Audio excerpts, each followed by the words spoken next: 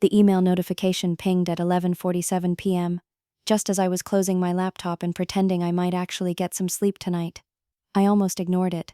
Probably another client wanting to discuss their quarterly projections at midnight like some kind of financial vampire. But something made me click it open. The subject line read, "Thought you'd want to see this. N. Brewer, Seattle Tribune." I didn't recognize the sender, but the attached article made my blood turn to ice water. Local business leader announces congressional bid, with a photo that punched me right in the gut. There he was, Daniel, except now he was calling himself Asher McCoy, standing behind a podium with that same practiced smile I used to think was charming. Next to him stood a blonde woman with her hand resting on what looked like a 6-month baby bump, beaming like she'd won the lottery. My laptop screen blurred for a second before I blinked hard and forced myself to focus. 3 years. 3 years since he'd destroyed my life. And here he was playing happy family man and running for Congress like he hadn't embezzled $200,000 and pinned it on me. I read the article twice, then a third time, my hands getting shakier with each pass. Asher McCoy, successful businessman and community leader, married to Lucy Birch McCoy, a local librarian. No mention of his previous life as Daniel Reeves. No mention of the financial consulting firm he'd worked for. No mention of the woman whose career he'd obliterated to cover his tracks. The bastard had completely reinvented himself. I pushed back from my tiny kitchen table so hard the chair scraped against the wall. My apartment felt even smaller than usual, like the walls were closing in. I needed to move, needed to think, needed to do something other than stare at his smug face on my screen. But first I needed to know more. I spent the next hour diving down every internet rabbit hole I could find. Asher McCoy had appeared in Seattle business circles about 2.5 years ago, right after Daniel Reeves had vanished into thin air following my trial. He'd started small, consulting for local businesses, then gradually built up this perfect reputation as a community-minded entrepreneur. The timeline was too convenient to be coincidence. Then I found the campaign staff page, and my stomach dropped even further. Summer Church, communications director, my former best friend. The woman who'd promised to stand by me no matter what, then disappeared the moment things got complicated. She looked exactly the same in her professional headshot. Same warm smile, same kind eyes that had looked right through me when I'd needed her most. She was working for him. She had to know who he really was, had to know what he'd done to me. The betrayal hit me like a physical blow, sharp and breathless. I'd spent 3 years telling myself that Summer had just been scared, that she'd believed the evidence against me because it looked so convincing, but if she was working for Daniel, for Asher, then she'd known all along. I slammed the laptop shut and walked to my bedroom closet, pushing aside the few professional clothes I still owned to reach the cardboard box shoved in the back corner. My hands trembled as I pulled it out and set it on my bed. I hadn't opened this box in over a year, couldn't bring myself to throw it away, but couldn't stand to look at it either. Inside were all the documents from my case, police reports, financial records, email printouts, legal briefs, everything that proved my innocence and meant absolutely nothing to anyone who mattered. I pulled out the thick folder of email records and started flipping through pages I'd memorized years ago. There had to be something I'd missed, some detail that would matter now that I knew where Daniel was hiding. And then I found it. Buried in the timestamp data was an entry I'd never paid attention to before. My work computer had been accessed at 11:23 p.m. on March 15th, the day the money had been transferred. I'd left the office at 6:30 that evening. I remembered because I'd been rushing to meet Daniel for dinner at that Italian place downtown. The same dinner where he'd been checking his phone every 5 minutes, claiming it was work emergencies. My hands weren't shaking anymore. They were steady as I pulled out my phone and took photos of every relevant page, uploading them to a secure cloud folder. Then I opened my laptop again and started researching Asher McCoy's campaign structure. They were looking for volunteers. Of course they were. It was early in the campaign cycle, and they'd need all the help they could get from eager do-gooders who believed in his vision for change. I spent the next 2 hours crafting a new identity. Vanessa Walsh, recent transplant from Portland with a background in nonprofit administration and a passion for progressive politics. I created social media profiles, a fake resume, even a LinkedIn account with connections to people who'd never bothered to verify my story. By 3 a.m., I had a complete application ready to submit to the McCoy for Congress campaign. By 4 a.m., I'd mapped out a strategy that would get me close enough to gather evidence without raising suspicion. Daniel thought he'd buried his past deep enough that it would never surface. He thought he'd destroyed me so thoroughly that I'd never be a threat again. He was about to learn how wrong he was. I closed the laptop and looked at the box of evidence spread across my bed. For 3 years, these documents had been proof of a crime no one cared about, evidence of an injustice no one wanted to hear about. Now they were weapons. And I finally had a target. I parked 3 blocks away from the campaign headquarters, checking my reflection one more time in the rearview mirror. The dark brown hair dye had worked better than I'd hoped. My natural auburn was completely hidden. The black-rimmed glasses made my face look different too, more serious somehow. Combined with the 30 pounds I'd lost during the worst months after my conviction, I looked like a completely different person from the woman Daniel had destroyed 3 years ago.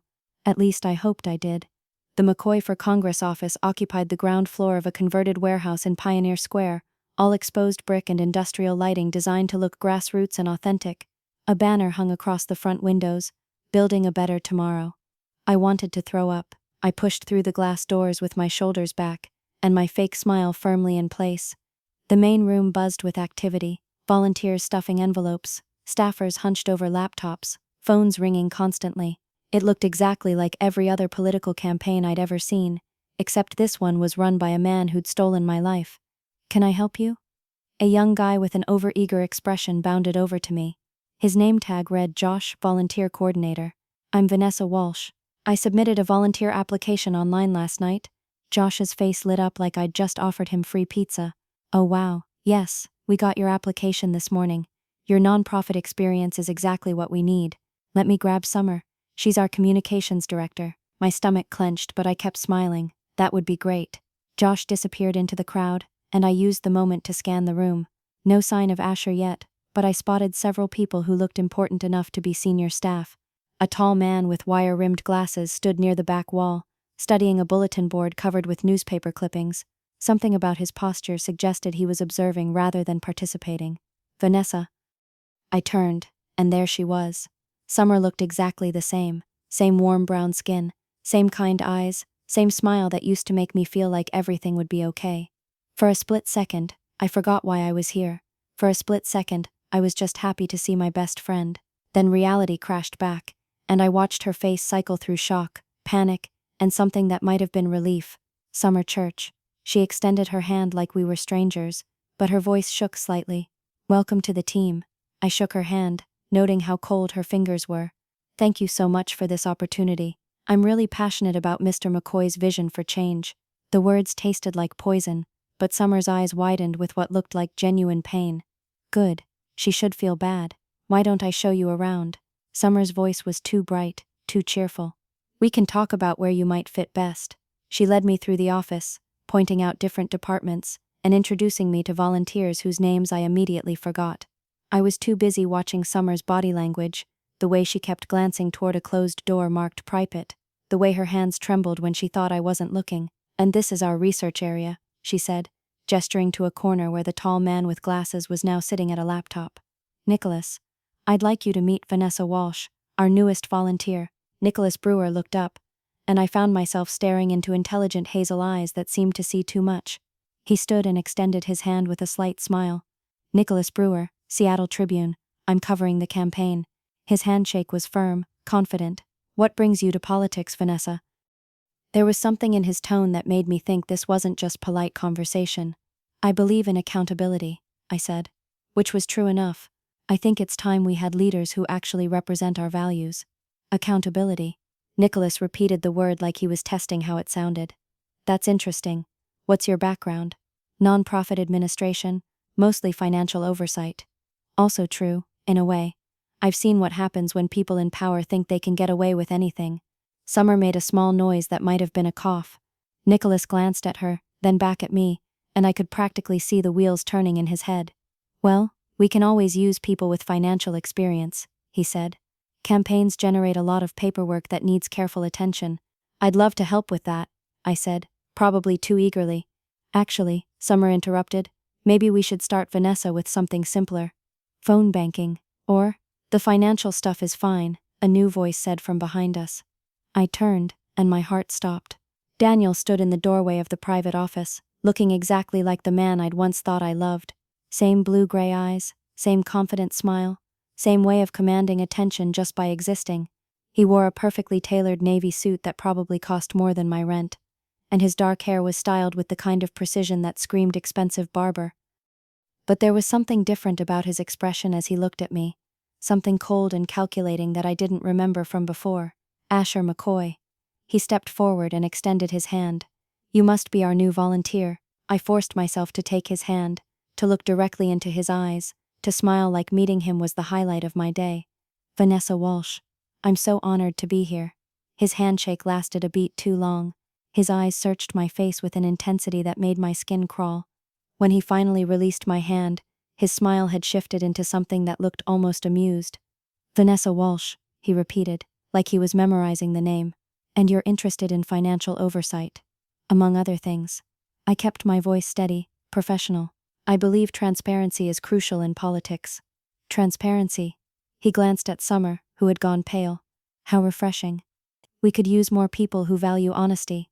The irony was so thick I could have choked on it, but I just nodded enthusiastically. I couldn't agree more. Well then, Vanessa, I look forward to working with you. His smile never wavered, but something in his eyes had gone arctic. I'm sure you'll find this campaign very educational. He turned and walked back into his office, closing the door with a soft click that somehow sounded like a threat. Summer grabbed my arm. Bathroom, now. She practically dragged me down a narrow hallway to a single-stall restroom, locking the door behind us. The moment we were alone, her composure cracked. What the hell are you doing here? She whispered, her voice shaking. Working for a candidate I believe in, I said sweetly. Van, please. She pressed her back against the door like she was trying to keep the world out. You don't understand. You need to leave, right now. Do I? I stepped closer, watching her flinch, because it seems like I'm exactly where I need to be. He knows who you are. Summer's eyes were wide with panic. I could see it in his face. He recognized you. Good. The word came out harder than I'd intended. I want him to know. No, you don't. Summer shook her head frantically. Van, he's not the same person you knew. He's dangerous. He's bright. She stopped, pressing her hands to her mouth. He's what? Summer? A criminal? A liar? A man who destroys people's lives for his own benefit? I kept my voice low, but I couldn't keep the anger out of it, because I already knew that. You don't understand. Tears started forming in her eyes. He has things on me, evidence of mistakes I made. If I don't do what he says, he'll ruin me the same way he ruined you. I stared at her, processing this. How long have you known? Known what? Don't play dumb. How long have you known that Asher McCoy is Daniel Reeves? Summer's face crumpled. Since the beginning, since he first approached me about the job. The betrayal hit me like a physical blow, even though I'd suspected it. You knew what he did to me, and you took his money anyway. He said he'd destroy me if I didn't help him. He had evidence of a mistake I made at my old job, something that could have sent me to prison. The tears were flowing freely now. I was scared, Van. I was so scared. So you let him use you to build a new life while I lost everything. I tried to convince him to leave you alone. I swear I did, but he said you were too smart, too stubborn. He said you'd never stop looking for him. He was right about that. Summer wiped her eyes with shaking hands. Please, Van, just leave. Take whatever evidence you have and go to the police, but don't stay here. He's already planning something. I can see it in his face. What kind of something? I don't know, but he's been making phone calls, private meetings, and now that you're here, she shuddered. Please, I can't watch him destroy you again. I looked at my former best friend, really looked at her. She was terrified, genuinely terrified, but she was also still here, still taking his money, still helping him build his political career. I'm not leaving, I said quietly, but you're going to help me. Van, I can't. You can, and you will, because you owe me that much. I stepped closer, lowering my voice even further. You're going to get me access to whatever I need, financial records, schedules, private communications, everything. He'll kill me if he finds out. Then we better make sure he doesn't find out. Summer stared at me for a long moment, and I could see her weighing her options. Finally, she nodded, just barely. Okay, she whispered, but Van, be careful. He's not just dangerous, he's smart, and he's been planning for this possibility for 3 years. We left the bathroom separately, Summer first with red eyes that she blamed on allergies. When I returned to the main office, Nicholas was waiting for me with a stack of papers. Financial reports from the last quarter, he said, handing them over. Thought you might want to take a look. I accepted the papers, noting the way he watched my reaction. Thank you. I love a good spreadsheet. Do you? His smile was friendly, but his eyes were sharp. Most people find campaign finance pretty boring.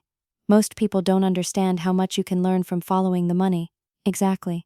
Nicholas leaned against the desk, crossing his arms. It's amazing what patterns emerge when you really dig into the numbers. We looked at each other for a moment, and I had the strangest feeling that we were having two different conversations, like he was trying to tell me something without actually saying it. Well, I said finally, I should probably find a place to sit and get started. There's a desk in the back corner that's usually free, good lighting, and it's quiet enough to concentrate. I thanked him and made my way to the suggested spot, hyper-aware of every person in the room. Josh was still bouncing around with manic energy. Summer was at her desk, typing furiously and not looking at anyone. A few other staffers were clustered around a conference table, arguing about something in hushed tones. And through the glass window of his private office, I could see Asher on the phone, his back to the room. Every few seconds he'd turn slightly, and I'd catch a glimpse of his profile. He looked calm, controlled, completely at ease. He had no idea what was coming for him. I opened the first financial report and started reading, my pen moving across a legal pad as I took notes. To anyone watching, I looked like an eager volunteer trying to understand the campaign's budget. In reality, I was looking for patterns, discrepancies, anything that might give me leverage, and I was already finding things that didn't add up. This was going to be easier than I'd thought. I slipped the small recording device into my cardigan pocket, checking one more time that the red light was hidden by the fabric. 2 weeks of playing Vanessa Walsh had given me everything I needed. Bank records showing Asher skimming from vendor payments, expense reports that didn't match actual purchases, and a pattern of financial manipulation that mirrored exactly what he'd done to me 3 years ago. The man was nothing if not consistent. Tonight's fundraising event was winding down, the last few donors finishing their wine and making their final promises of support. I'd spent the evening watching Asher work the room with that practiced charm, telling everyone exactly what they wanted to hear. Lucy stood beside him for most of it, one hand resting on her growing bump, smiling that sweet smile that made my chest ache with guilt. She didn't deserve what was coming. Vanessa? Lucy appeared at my elbow as I pretended to organize leftover campaign materials. Could I talk to you for a minute, privately? My stomach dropped. Had she figured out who I was? Of course. She led me to a quiet corner near the back of the venue, glancing around to make sure we weren't overheard. When she turned back to me, her pale blue eyes were troubled. I found something, she said quietly, in Asher's office at home, documents that don't make sense. I kept my expression neutral. What kind of documents? Financial records. Bank statements from accounts I didn't know existed. And there was a folder with newspaper clippings about some woman who was convicted of embezzlement a few years ago. Lucy's voice dropped even lower. Her name was Van Welch. Do you know why my husband would have articles about her? The blood rushed in my ears, but I forced myself to stay calm. I'm not sure. Maybe it was research for something. That's what I thought at first, but then I found other things. Documents with the name Daniel Reeves on them. Old business cards, contracts. Lucy's hands were shaking now. Vanessa, I think my husband used to be someone else. I looked at this woman, this kind, trusting woman who was carrying the child of a man who'd destroyed my life, and felt something crack inside my chest. She deserved the truth, but not like this. Not from me. Lucy, I started, but she held up her hand. I know how this sounds. I know it's crazy, but I've been married to him for 2 years, and sometimes it's like I don't know him at all. He has no photos from his childhood, no old friends who visit. His stories about growing up never quite match up. Tears started forming in her eyes. And now I'm having his baby, and I don't even know who he really is. What are you going to do? I don't know. She wiped her eyes with the back of her hand. I can't confront him. Not yet. But I needed to tell someone, and you seem so trustworthy. The irony of that word hit me like a slap. Here I was, lying about my own identity while she praised my trustworthiness. But looking at her face, scared and confused and desperately needing someone to believe her, I made a decision. Lucy, if you ever need help, or if you ever feel unsafe, you can call me, okay? Day or night. She nodded gratefully. Thank you. I have this feeling that something bad is coming, and I don't know how to protect my baby from it. Before I could respond, Asher's voice cut across the room. Lucy, we should head home, it's getting late. Lucy straightened, composing herself with practiced ease. Coming, honey. She squeezed my arm.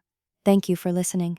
I watched her walk back to her husband, saw him place a protective hand on her back, saw her lean into him like she still believed he was her safe harbor. The guilt twisted in my stomach, but I pushed it down. Lucy would be better off without him, even if she couldn't see it yet. Quite a performance. I turned to find Nicholas beside me, his hazel eyes fixed on Asher and Lucy. He'd been watching me all evening, I'd noticed. Watching everyone, actually, with that journalist's eye that missed nothing.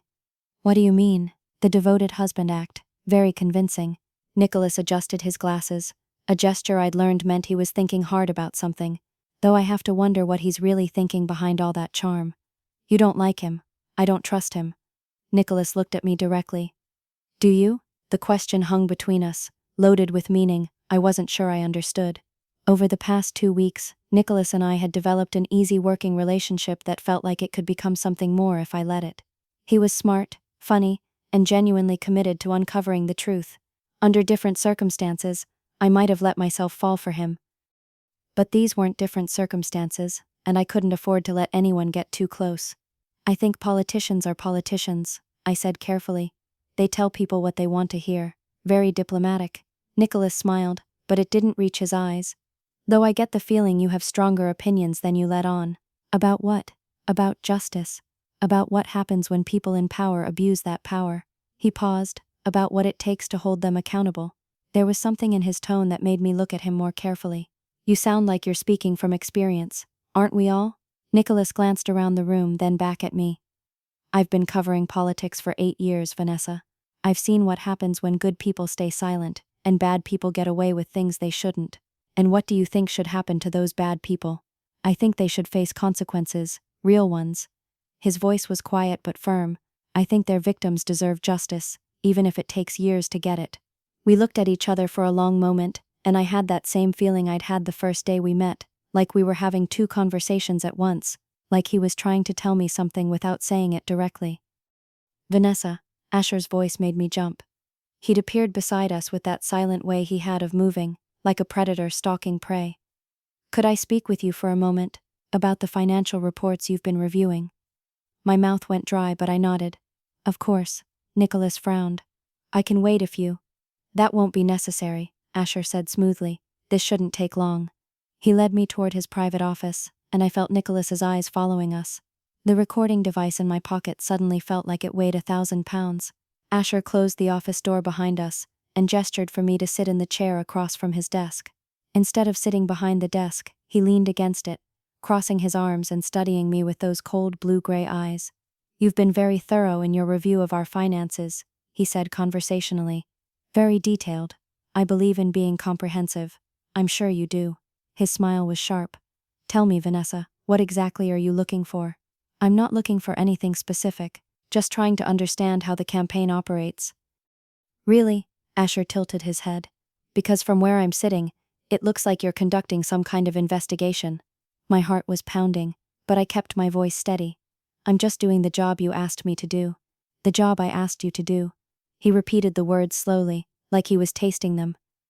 And what job is that, exactly? Financial oversight, making sure everything is transparent and above board. Transparent? Asher laughed, a sound with no warmth in it. You know, that's an interesting word choice. Because I've been thinking about transparency lately, about the importance of being honest about who we really are. The temperature in the room seemed to drop 10 degrees. I'm not sure what you mean, aren't you? Asher pushed off from the desk and moved closer, close enough that I could smell his expensive cologne. Because I think you know exactly what I mean, Van. The sound of my real name hit me like a physical blow, but I forced myself not to react. I'm sorry. I think you have me confused with someone else. Do I? He was standing directly in front of me now, looking down with those predator's eyes. Van Welch, age 32, formerly of Welch Financial Consulting, convicted of embezzlement 3 years ago in a case that ruined her career and destroyed her reputation. I stared up at him, my mind racing. He'd known all along. From the moment I'd walked into his campaign office, he'd been playing with me. I don't know what you're talking about. Of course you don't. Asher returned to his desk, opening a drawer and pulling out a manila folder. Though I have to say, the disguise is quite good. The hair color, the glasses, the weight loss. Very thorough. But you can't change bone structure, Van. And you certainly can't change the way you look at me. He opened the folder and spread several photographs across the desk. Pictures of me from 3 years ago. professional headshots, candid shots from business events, even what looked like surveillance photos from my trial. "I've been expecting you," he said calmly. "Not this soon, perhaps, but eventually. You were always too stubborn to just disappear quietly." I looked at the photos, then back at his face. There was no point in pretending anymore. "Hello, Daniel." His smile widened. "Now that's better." Though I prefer Asher these days, Daniel Reeves was so limited in his ambitions, unlike Asher McCoy, who's running for Congress. Exactly. He gathered up the photos and slipped them back into the folder. "Though I have to ask, what exactly did you think you were going to accomplish here? Did you really believe you could just waltz into my campaign and find some smoking gun that would magically clear your name? Something like that?" How wonderfully naive. Asher leaned back in his chair, completely relaxed. "Tell me, what have you found in your 2 weeks of investigation? Anything interesting?" I thought about the evidence I'd gathered, the patterns I'd documented, the financial irregularities that painted a clear picture of his continued criminal behavior. Enough. Enough for what? To go to the police? To the media? He laughed again. "Van, you're a convicted felon with a grudge against a respected businessman and political candidate. Who do you think they're going to believe? The evidence speaks for itself." "What evidence? Some minor accounting discrepancies? A few vendor payments that might look questionable if you squint hard enough?" Asher shook his head. "That's not evidence, Van. That's the desperate fantasy of a woman who can't accept that she lost." I felt the recording device in my pocket, still running, capturing every word. "You framed me. Prove it. You embezzled $200,000 and made it look like I did it. Prove it. You destroyed my career, my reputation, my entire life. Prove it." His voice was calm, almost bored. "Because here's the thing, Van. Even if everything you're saying is true, which I'm not admitting, you can't prove any of it. The case is closed. You were convicted. The money was never recovered because officially you spent it." "You spent it." "Did I?" Asher leaned forward, his eyes glittering with malicious amusement. "Can you prove that? Can you show me bank records with my name on them? Can you produce witnesses who saw me access your computer? Can you demonstrate how I managed to frame you for a crime you didn't commit?"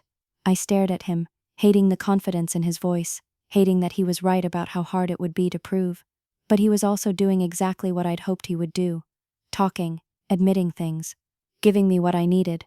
"You're very quiet," he observed, finally realizing the futility of your little revenge fantasy. "Just listening.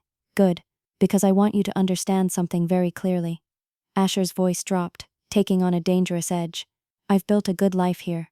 A respectable life. I have a wife who loves me, a child on the way, and a political career that could take me anywhere I want to go. I will not let you destroy that. Like you destroyed mine. You destroyed your own life by being careless enough to get caught." The words hit me like a slap, but I kept my expression neutral. "Caught doing what, exactly?" "Caught being in the wrong place at the wrong time with the wrong level of access to accounts you shouldn't have been able to touch." Asher smiled coldly. "Though I suppose I should thank you for making it so easy. Your password was pathetically simple to guess, and you always did stay late at the office. Very convenient for someone who needed to use your computer after hours." There it was. Not a full confession, but close enough. I pressed my hand against my pocket, making sure the device was still recording. "You used my computer to transfer the money." "I used your computer to do a lot of things. Check email, review files, transfer funds to accounts you'd set up for your own use." His smile widened. "At least that's what the digital trail showed. Accounts you set up. Can you prove that?" "The timestamps show the transfers happened while I was at dinner with you." "Do they? Because I remember you leaving dinner early that night. Said you had to go back to the office to finish something urgent." Asher tilted his head. "At least that's what I told the police when they asked about your whereabouts." I felt sick. He'd thought of everything, covered every angle. Even now, 3 years later, he was still 10 steps ahead of me. "You're wondering how I did it," he said, reading my expression. "How I managed to frame you so completely that even your best friend abandoned you. Summer didn't abandon me. You threatened her." "Did I?" Asher looked genuinely curious. "What makes you think that?" "She told me. She said you had evidence of mistakes she'd made, that you'd destroy her if she didn't help you. And you believed her." Asher laughed, a sound full of genuine amusement. "Oh, Van. Sweet, trusting Van. Summer didn't help me because I threatened her. She helped me because I paid her." The words hit me like a physical blow. "You're lying." "Am I? Ask her yourself. Though I doubt she'll admit it now." Asher leaned back in his chair, enjoying my shock. "Summer was never your friend, Van. She was my insurance policy." Someone close enough to you to know your habits, your passwords, your weaknesses. Someone who could feed me information and help me build the perfect frame. I thought about Summer's tears in the bathroom, her fear, her claims that she'd been forced to betray me. Had it all been an act? I can see you're having trouble processing this, Asher said kindly. It's understandable. Finding out that your best friend sold you out for money must be quite a shock. How much? The words came out as a whisper. 50,000. Not a fortune, but enough to pay off her student loans and give her a nice cushion while she looked for a new job. Asher shrugged. She was very grateful, even sent me a thank you card. I felt like I was drowning, like the walls of the office were closing in around me. Everything I'd believed about my downfall, everyone I'd trusted or blamed, it was all wrong. But let's not dwell on the past, Asher continued. Let's talk about the future, specifically your future. I forced myself to focus on his face, on the recording device in my pocket, on the reason I was here. What about it? Well, you have a choice to make. You can continue this pointless investigation, keep digging around in my campaign finances, keep pretending to be someone you're not, and eventually you'll slip up, you'll make a mistake, or someone will recognize you, or you'll push too hard and I'll have to take more direct action. What kind of direct action? The kind that ensures you're no longer a problem. His voice was calm, conversational, like he was discussing the weather. Or you can be smart, you can walk away, disappear again, find a new city, a new identity, a new life, and I'll let you. Let me? Van, I could have had you arrested the moment you walked into my campaign office. Identity fraud, trespassing, harassment. I could have made your life very difficult, but I didn't, because I'm not unreasonable. I understand why you're angry. I even respect your determination in a way. He stood up and moved to the window, looking out at the Seattle skyline. But I also understand consequences, and if you continue down this path, the consequences won't just affect you. What do you mean? I mean my wife is 6 months pregnant with our first child. She's already fragile, already worried about things that don't matter. If you destroy her marriage, her sense of security, her faith in the man she loves. He turned back to me, his expression cold. Well, that kind of stress can be very dangerous for a pregnant woman. The threat was clear, and it made my blood run cold. You're using your own wife as leverage? I'm protecting my family from a dangerous criminal who's already proven she'll stop at nothing to get what she wants. Asher returned to his desk, sitting down and folding his hands. Lucy doesn't deserve to be hurt by your vendetta against me. Neither does our child. I thought about Lucy's scared face, her questions about the documents she'd found, her growing suspicion that something was wrong. She was already being hurt by his lies, already living in fear without understanding why. She deserves to know who she married. She deserves to be happy and safe, something you seem determined to take away from her. Asher leaned forward. So here's what's going to happen. You're going to resign from the campaign. Tonight, you're going to cite personal reasons, thank everyone for the opportunity, and disappear. And in return, I'll let you walk away with your life intact. And if I don't, then I'll destroy you, again. But this time, I won't be as gentle about it. His smile was sharp as a blade. I've learned a lot in the past 3 years, Van. About power, about influence, about how easy it is to make people disappear when they become inconvenient. I looked at him, really looked at him, and saw something that hadn't been there 3 years ago. A coldness, a calculation that went beyond simple greed or ambition. He'd become something worse than a thief. He'd become someone who enjoyed the power to destroy lives. You're not the... I met Nicholas at a 24-hour diner in Capitol Hill. The kind of place where the coffee tastes like it's been sitting since yesterday, and nobody asks questions about why you need to talk at 1 a.m. He was already there when I arrived, sitting in a corner booth with 2 cups of coffee, and the kind of worried expression that told me he'd been thinking about my cryptic phone call for the past hour. Vanessa. He stood up as I approached, then seemed to catch himself. Or should I say Van? My stomach dropped. You know, I figured it out about a week ago. Nicholas gestured for me to sit across from him. The way you looked at financial documents, the questions you asked, the fact that you seem to know exactly what irregularities to look for. Plus, you have the same bone structure as the woman in those old newspaper photos I pulled up. I slid into the booth, my hands shaking slightly as I reached for the coffee. Why didn't you say anything? Because I wanted to understand why you were lying before I decided what to do about it. Nicholas leaned forward, his hazel eyes serious behind his glasses. I've been investigating Asher McCoy for months, Van. Not just for campaign coverage, for a book I'm writing about political corruption, and everything I found kept pointing back to a case from 3 years ago, involving a financial consultant who was convicted of embezzlement. You think I was innocent. I think the case against you was too clean, too perfect. No criminal acts that sloppy, especially not someone with your background and reputation. He paused. Plus, I've been watching Asher operate for weeks now. The man is a sociopath with a gift for manipulation. The idea that he framed someone else for his crimes isn't exactly a stretch. I stared at him, processing this. You've been investigating him this whole time. I've been investigating a pattern of corruption that includes him, yes, but I needed proof, and I needed someone on the inside who could get me access to records that would normally be protected. Nicholas's expression softened slightly. I was hoping you might be willing to help with that. You were using me. We were using each other. His voice was gentle but honest. The difference is, I was planning to tell you the truth eventually. Were you? I thought about the recording device in my pocket, about everything Asher had admitted to in his office just hours ago. Actually, yes. That's why I called you. I pulled out the small device and set it on the table between us. Nicholas looked at it, then back at my face. What's on there? Asher's confession. Not complete, but enough to prove he framed me. Enough to show he's still committing crimes. I met his eyes. Enough to destroy him. Nicholas picked up the device, turning it over in his hands. How did you get this? He figured out who I was, called me into his office tonight and basically admitted everything. I wrapped my hands around the coffee cup, trying to stop them from shaking. He thought he was safe because he assumed no one would believe a convicted felon over a respected politician. He was wrong about that. Was he? Nicholas, I need you to understand something. If we do this, if we publish this story, it's going to hurt innocent people. Lucy doesn't deserve what's coming. Their baby doesn't deserve to grow up with a father in prison. Nicholas was quiet for a long moment, studying my face. What did he threaten you with? I told him about Asher's threats against Lucy, about his implication that the stress of exposure could harm her pregnancy. Nicholas's expression grew darker with every word. He's using his own wife as a human shield, he said when I finished. She's already suspicious. She found documents at their house, old business cards with the name Daniel Reeves. She knows something's wrong, but she doesn't know what.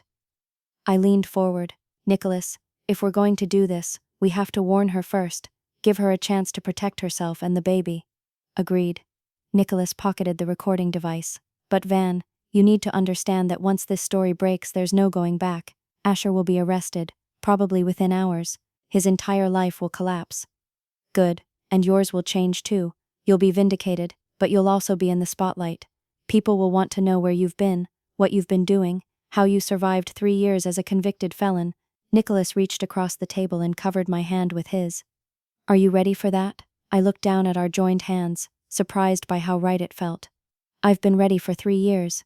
Then let's destroy him. We spent the next 4 hours in Nicholas's apartment, going through every piece of evidence I'd gathered, and combining it with his own research. The picture that emerged was damning, a pattern of financial manipulation that stretched back years, involving not just the original embezzlement, but ongoing campaign finance violations that showed Asher hadn't learned anything from his past crimes. This is enough, Nicholas said finally, leaning back in his desk chair. More than enough. We can prove he framed you, prove he's still stealing money, and prove he's been lying about his identity for years. I nodded, but my stomach was churning with anxiety. What about Lucy? We warn her first thing in the morning, give her time to get somewhere safe before the story breaks. Nicholas turned to look at me. Van, there's something else we need to talk about. What? Us. This. He gestured between us. I meant what I said about being attracted to you, about wanting to get to know you better. But I need to know, was any of it real? The conversations we had, the connection I thought we were building. I felt heat rise in my cheeks. It was real, all of it. I couldn't tell you the truth about who I was, because you didn't trust me, because I couldn't trust anyone, because the last time I trusted someone they destroyed my life. I met his eyes. But yes, it was real. You're the first person in 3 years who made me feel like maybe I could have a normal life again. Nicholas smiled, the first genuine smile I'd seen from him all night. Good, because I'd like to see where this goes, once we're not lying to each other anymore. Even knowing who I really am, what I've been through. Especially knowing that. He reached for my hand again. Van, what you've survived, what you've accomplished in the past 2 weeks, it's incredible. You're incredible. I felt tears prick at my eyes, but for the first time in years they weren't tears of anger or frustration. Thank you. Don't thank me yet. Thank me after we've cleared your name and put that bastard in prison where he belongs." At 8 in the morning, I called Lucy's cell phone. She answered on the second ring, her voice thick with sleep. "Hello? Lucy, it's Vanessa from the campaign. I'm sorry to call so early, but I need to see you. It's about those documents you found." There was a long pause. "What about them?" "I know who Daniel Reeves is, and I know why your husband has been lying to you." I took a deep breath. "Can you meet me somewhere private? Somewhere Asher won't think to look for you?" Another pause, longer this time. "There's a coffee shop on Pine Street called Grind. I can be there in an hour." "Lucy, don't tell Asher where you're going. Don't tell him we're meeting. Can you do that for me?" "Yes." Her voice was small, scared. "Vanessa, am I in danger?" "Not if you trust me. I'll explain everything when I see you." I found Lucy in the back corner of the coffee shop, her hands wrapped around a mug of tea, her face pale and drawn. She looked up when I approached, and I could see the fear in her pale blue eyes. "Thank you for coming," I said, sliding into the seat across from her. "Tell me what's happening, please. I've been awake all night thinking about those documents, about the things that don't make sense." Lucy's voice was barely above a whisper. "Who is Daniel Reeves?" "Daniel Reeves is your husband's real name. Asher McCoy is an identity he created 3 years ago after he disappeared from his old life." I reached across the table and took her hands. "Lucy, I need you to listen to me very carefully. What I'm about to tell you is going to be hard to hear, but you need to know the truth." I told her everything. About Daniel's embezzlement, about how he'd framed me, about the trial and conviction that had destroyed my life. I told her about my investigation, about the evidence I'd gathered, about the recording I'd made of his confession. Lucy listened in silence, her face growing paler with every word. "You're Van Welch," she said when I finished. "The woman from the newspaper articles." "Yes, and my husband, Daniel. He really did those things. He stole money and let you go to prison for it." "Yes." Lucy was quiet for a long time, staring down at her tea. When she finally looked up, there were tears in her eyes. "I knew something was wrong. I've known for months, but I kept telling myself I was being paranoid, that pregnancy hormones were making me imagine things." "You weren't imagining anything. Your instincts were right." "What happens now?" Lucy's voice was shaking. "What happens to my baby?" "That's up to you. But Lucy, the story is going to break today. By tonight, everyone will know who Asher really is. You need to decide where you want to be when that happens." Lucy pressed her hands to her stomach, protective and scared. "I can't go home. I can't face him knowing what I know now." "Do you have somewhere else you can go? Family? Friends?" "My sister lives in Portland. She's been asking me to visit." Lucy wiped her eyes with a shaky hand. "But what about my things? My clothes? My books?" "We can figure that out later. Right now, the important thing is getting you somewhere safe." I pulled out my phone. "Do you want me to call your sister? Or help you book a flight?"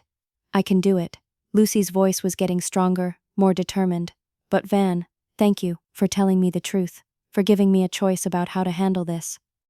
You deserve better than what he gave you. You and your baby both." Lucy nodded, then looked at me with something that might have been admiration. "What you did, investigating him, getting proof, that took incredible courage. It took 3 years of anger and a lot of luck." "No," Lucy shook her head. "It took strength. The kind of strength I hope I have when my baby needs me to protect them."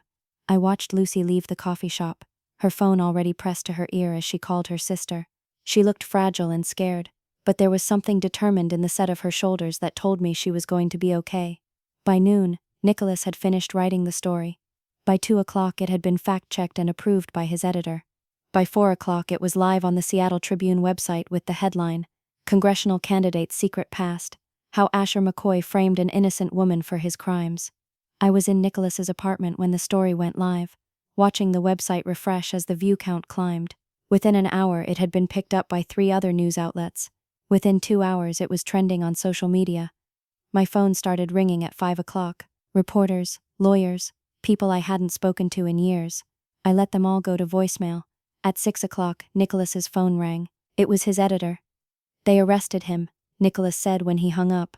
"Asher was taken into custody an hour ago at his campaign headquarters.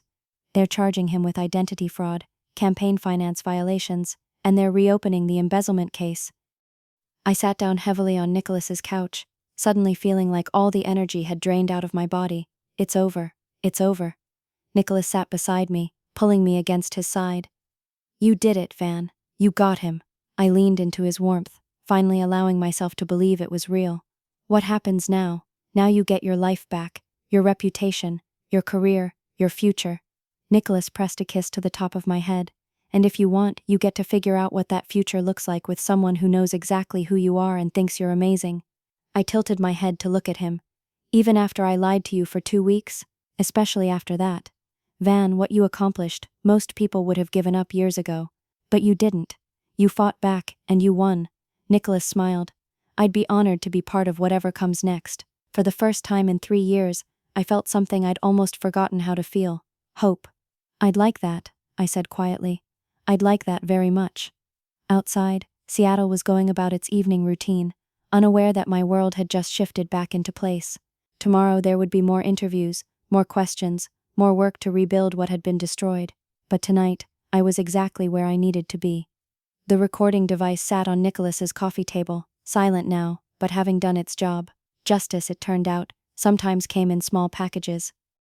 And sometimes, if you were very lucky, it came with a second chance at happiness.